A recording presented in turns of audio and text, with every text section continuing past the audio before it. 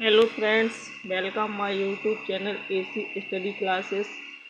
आज के इस क्लासेस में हम आपके लिए हिंदी साहित्य एवं व्याकरण के बहुत ही महत्वपूर्ण प्रश्न इस वीडियो में लेकर आए हैं, जो आपके एग्ज़ाम के लिए बहुत ही यूजफुल है। तो इसमें पहला प्रश्न है कि किस नाटककार ने अपने नाटकों के लिए रंगमंच को अनिवार्य नहीं माना। तो राइट आंसर हो जाएगा जयशंकर प्रसाद।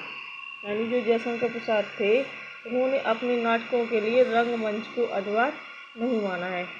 अगला प्रश्न है कि किस पुस्तक का 15 भारतीय भाषाओं और 40 विदेशी भाषाओं में अनुवाद किया जा चुका है। तो किस पुस्तक का 15 भारतीय भाषाओं और 40 विदेशी भाषाओं में अनुवाद किया जा चुका है, तो वो है पंचतंत्र का। अगला क्वेश्चन है कि किस भाषा को द्रविड़ परिवार की सभी भाषाओं की जननी कहा जाता है। तो किस भाषा को कहा जाता है द्रविड़ परिवार की सभी भाषाओं की जननी? तो ये तमिल भाषा को कहा जाता है। तमिल भाषा को द्रविड़ परिवार की सभी भाषाओं की जननी कहा जाता है। अगला क्वेश्चन है कि किस भाषा को भारतीय आर्य भाषाओं की जननी, भारतीय आर्य संस्कृति का आधार, देवभाषा आदि के नाम से जाना जाता है।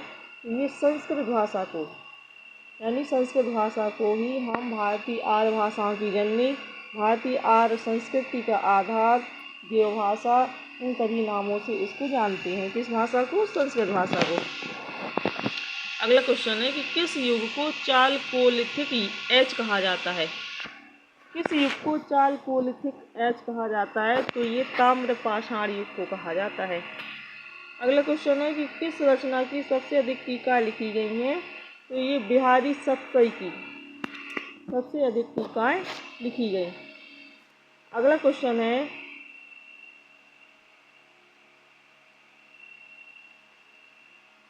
कुटज की रचयिता कौन है। तो जो कुटज है, इसके रचयिता लेखक का नाम पूछा गया है। तो ये आंसर क्या हो जाएगा? Right answer Hazari Prasad Dwivedi.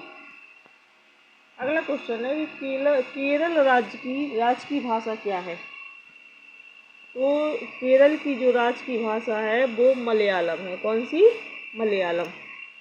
अगला क्वेश्चन है कौन सी भाषा आष्ट्रिक समूह से संबंधित है। तो कौन सी ऐसी भाषा है जो आष्ट्रिक समूह से संबंधित है?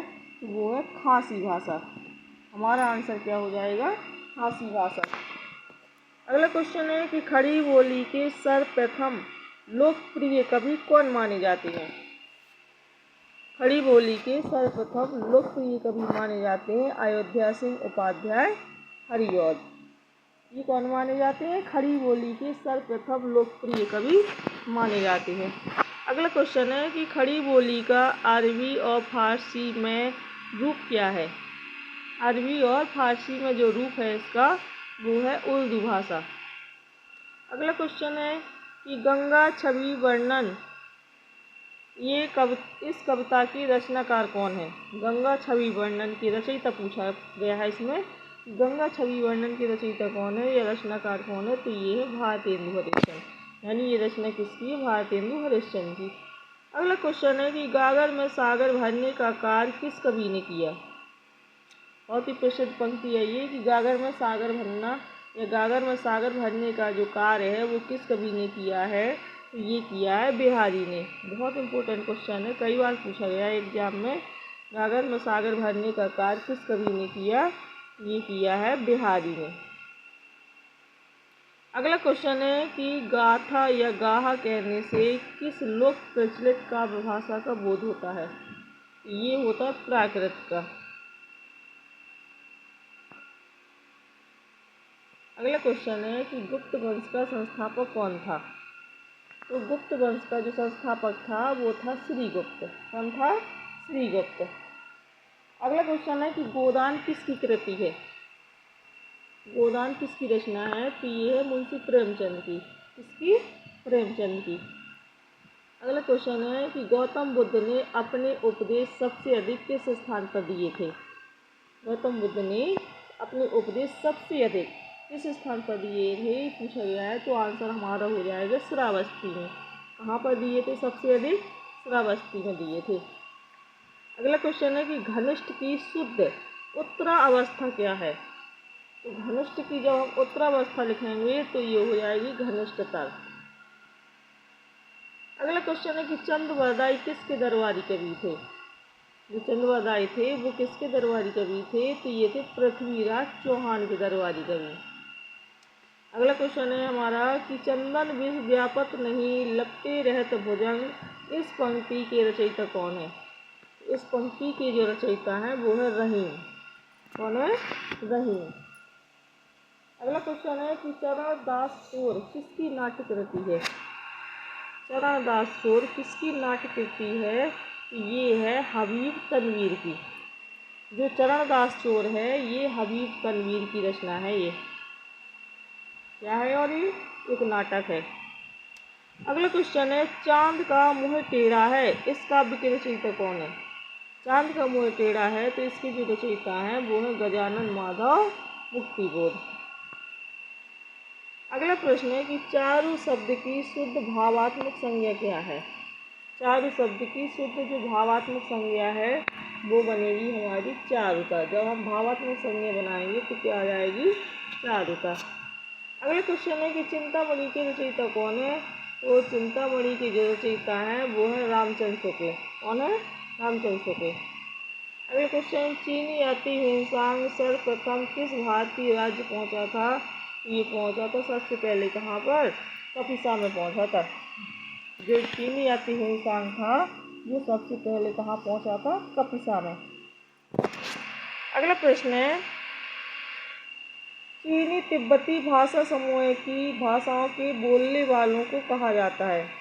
चीनी तिब्बती भाषा समूह के जो बोलने वाले लोग होते हैं उन्हें क्या कहा जाता है? उन्हें कहा जाता है निषाद। ये कहा जाता है निषाद। अगला क्वेश्चन है कि छायावाद के प्रवर्तक का नाम क्या है? छायावाद के जो प्रवर्तक है वो कौन है? जयशंकर प्रसाद।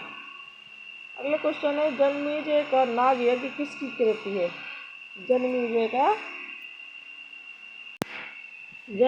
का नाग यज्ञ ये किसकी रचना है? तो ये है जयशंकर प्रसाद की। किसकी है? जयशंकर प्रसाद की। गाइस ये सभी रचना बहुत इम्पोर्टेंट है आपके TGT, CGT, UGC net, LT grade के लिए। ये वीडियो बहुत ही इम्पोर्टेंट होने वाला है तो नोट करते चलिए। अगला क्वेश्चन है कि देवनागरी लिपि को राष्ट्रलिपि के रूप में कब स्वीकार किया गया? देवनागरी लिपि को राष्ट्रलिपि के रूप में 14 सितंबर 1949 को स्वीकार किया गया था। अगला क्वेश्चन है कि जाकी रही भावना जैसी प्रभु मूरत देखी तिन तैसी, इस पंक्ति के रचयिता कौन है? ये है तुलसीदास। कौन है? तुलसीदास।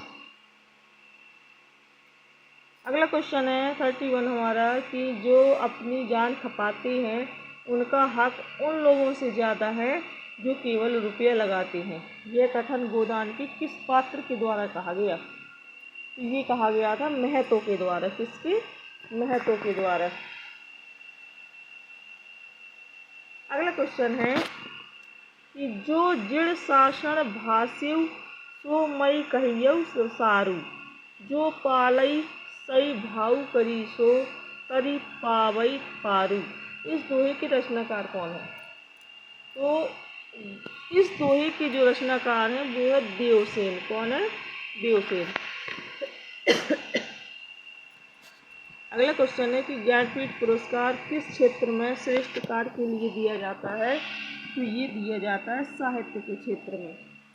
जो ज्ञानपीठ पुरस्कार है वो किस क्षेत्र में दिया जाता है? तो ये दिया जाता है साहित्य के क्षेत्र में। अगला क्वेश्चन है ज्ञान मार्गी शाखा के कवियों को किस नाम से पुकारा जाता है? तो ज्ञान मार्गी शाखा के कवियों को संत कवि के नाम से जाना जाता है। अगला क्वेश्चन है कि झरना काव्य संग्रह के रचयिता कौन है? तो जो झरना काव्य संग्रह के रचयिता हैं वो है जयशंकर प्रसाद। कौन है? जयशंकर प्रसाद। अगला प्रश्न है कि डोगरी भाषा मुख्य रूप से कहाँ बोली जाती है? तो जो डोगरी भाषा है ये मुख्य रूप से जम्मू कश्मीर में बोली जाती है। कहाँ बोली जाती? जम्मू कश्मीर में। अगला क्वेश्चन है कि ढाई अक्षर प्रेम के पढ़े से पंडित होए, इस पंक्ति के रचयिता कौन है? इस पंक्ति के रचयिता हैं कबीरदास। अगला क्वेश्चन है कि तक्षशिला नगर किन नदियों के मध्य में स्थित है। तो जो तक्षशिला नगर है ये सिंधु व झेलम के बीच में स्थित है। अगला है कि तरनी तनुजा तट तमाल तरवर बहुछाये, इस पंक्ति के रचयिता कौन है। ये है भारतेंदु हरिश्चंद्र। तरनी तनुजा तट तमाल तरवर बहुछाये, इसकी लेखक कौन है। भारतेंदु हरिश्चंद्र। अगला प्रश्न है कि तरवर फल नहीं खात है सरवर पियई न पान, इस पंक्ति की रचयिता कौन है।